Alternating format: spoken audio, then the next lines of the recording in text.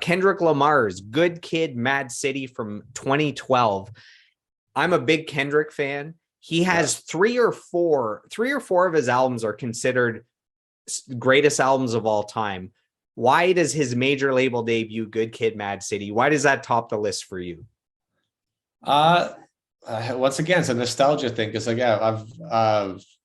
I've went into and listened to all the other ones. I've downloaded them. I mean, I should say I bought them, but we're not in that world anymore. um, and yeah, something about that one. It was just like it was compared to all the other hip hop that started becoming really popular, like really, really just dumb shit that just, and I can't say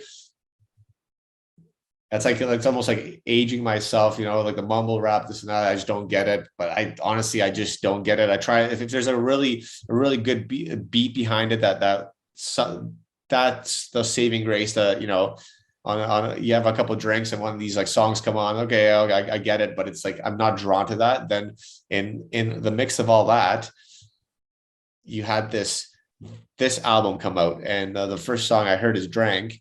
And also sounded like kind of different. It's like, oh, is this one of these like mumble things? But I was like, it doesn't feel that way. And he's actually saying stuff, and there's a whole catchiness to it. The production's awesome.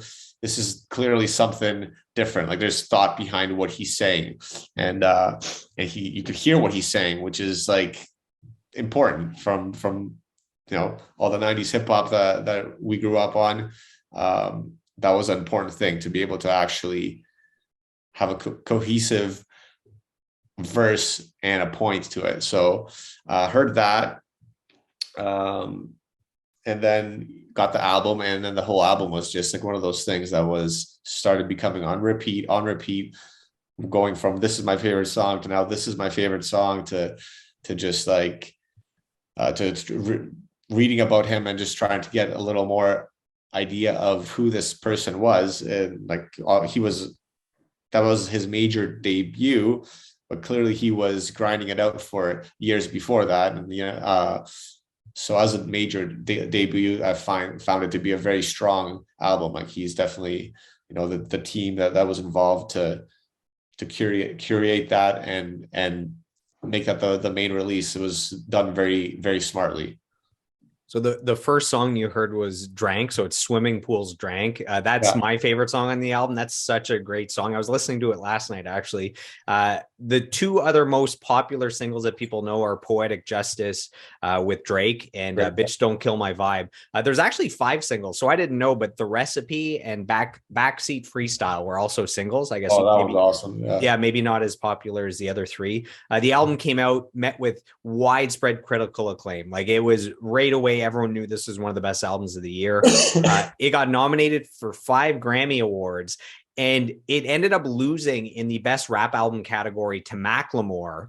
And it's considered one of the biggest, most infamous snubs in Grammy history, to the point where Macklemore, and it was the Macklemore album, The Heist, it was a good album, but even Macklemore himself apologized to Kendrick Lamar, calling it a snub. He himself, the guy that won, said, dude, like we put out a good album, we had our success, but you had the rap album of the year. So I think that's kind of cool for someone to admit it, right? Rappers, it's always I'm the best. I'm not even a big Macklemore fan, but he is very humble for the Maddox success, and that's very respectable. So that was nice of him to say, for sure. Yeah. So for an album that it had its singles, but it doesn't seem like a mainstream rap album. Like there's skits that are a little darker. The lyrical content's dark. There are hooks, but it's not, mainstream hooky. So despite that, it goes 3 times platinum. It's a big success.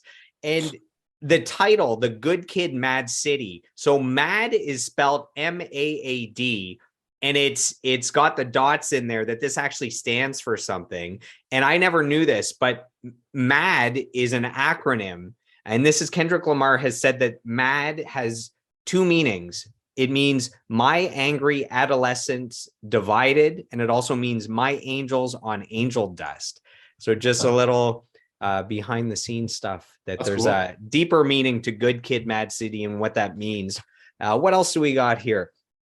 Oh, this was crazy. I recently saw a list of the albums that have been on the Billboard charts for the longest in history. So you always hear like Pink Floyd's Dark Side of the Moon is always on the charts. I remember Guns N' Roses' Greatest Hits is just always on the charts. Metallica's Black Album always on the charts. And this was shocking. So just last year, Good Kid, M.A.A.D City had spent a total of 10 years, 520 weeks on the Billboard Top 200. It is the first hip hop album to ever spend 10 years on the Billboard charts. Can you imagine, like, as a band? So picture Il Scarlet. If you even make it on a chart, that's a big deal. If you make it top 10, that's a big deal on the chart. If you're on the chart for a month after your album's out, competing against albums that come out that week, that's a big deal. Can you imagine your album being on the main top 200 charts for 10 years? I can't imagine. I mean, I can't imagine it. It's just, that's such a, I don't know if people have that as a goal. It's just like something that miraculously happens once in a blue, you know what I mean? Yeah, that amount of longevity is shocking. 10 years. Like, you think about your own life, like how long 10 years is, and for an album to just friggin' decade, trucking along, you know? Yeah. No, it's a great album. I'm telling you. I saw him live in New York City, and just very, very captivating. Like, it was nice to he had a live band behind him. I always prefer to see hip hop when there's like a full band, like you know, reenacting the music or playing the music. Yeah, it was such an excellent show. He's just so like intense when he performs, and it shines through all his records. The newest one I haven't really got into, just not because I don't want to, just haven't had the time, but like all the first, the last, like after Good Kid, To Pimp a Butterfly. Yeah, that one got into. Damn got into, and there was a thing of demos that still went to number one. I forget that's what that right. Yeah, but those three, like, I definitely got in there pretty good. But yeah, Good Kid's awesome, and then anything that Dre's associated with, that was another thing that kind of like, wow, if he's behind it, then, you know, it automatically gives it a certain kind of credit. That Recipe song's awesome.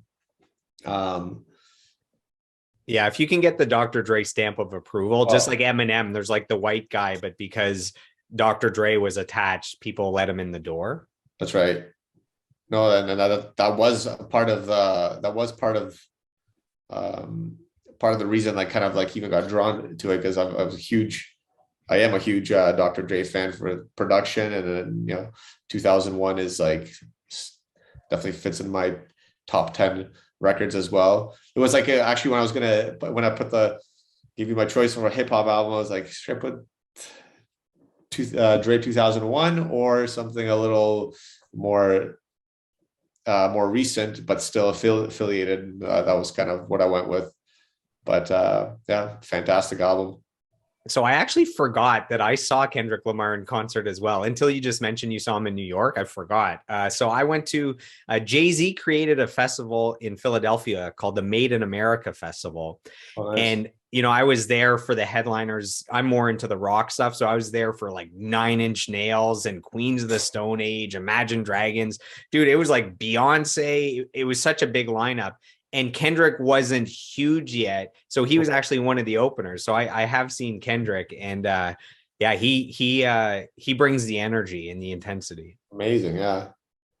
So that same time I actually went to see Kendrick is where I got to see Anderson .Paak live, and that was a friggin' incredible show, because he's just so captivating. Incredible drummer, but also performer. Do you know much about Anderson .Paak? Yeah, so his albums are always on the list of best albums of the year, but then he's gone on to have that success with Bruno Mars, right? Smoking, what is it? Smoking Out the Window, and yeah. But if you get a chance, like his Malibu album is friggin' fire. Yeah. What's the name of the duo again with Bruno Mars and Anderson .Paak? So Something it's Sonic. Silk Sonic. That's Yeah. it. So it's cool to have him get the shine of Bruno Mars, who's one of the biggest stars in the world, to get kind of that shine, to have Anderson .Paak's talent more known to everybody. That's right. Yeah. All right, so just two more things. So Rolling Stone has this album as the 115th greatest album of all time on their list of 500 greatest albums of all time. So it's on the list, 100 and almost in the top 100 of all time. And this one was shocking to me. Rolling Stone has it as number one, the greatest concept album of all time. That's shocking because you have Pink Floyd, The Wall. You have there's certain albums as being concept albums, Right. and so that one's shocking to me. But this is an all-time great album. It is a concept album. I think it deserves to be on the list of greatest concept albums of all time. I'm not saying it shouldn't be number one. I'm just shocked that it is number one. Yeah, no, that is surprising because there is a lot of incredible albums out there. Well, good for Kendrick. He is very acclaimed. Like anything he puts out, it's it's in a whole different category compared to any other rappers. So, no, good for him. Yeah, he's already considered one of the greatest of all time. So he's definitely deserving. So one final piece of acclaim.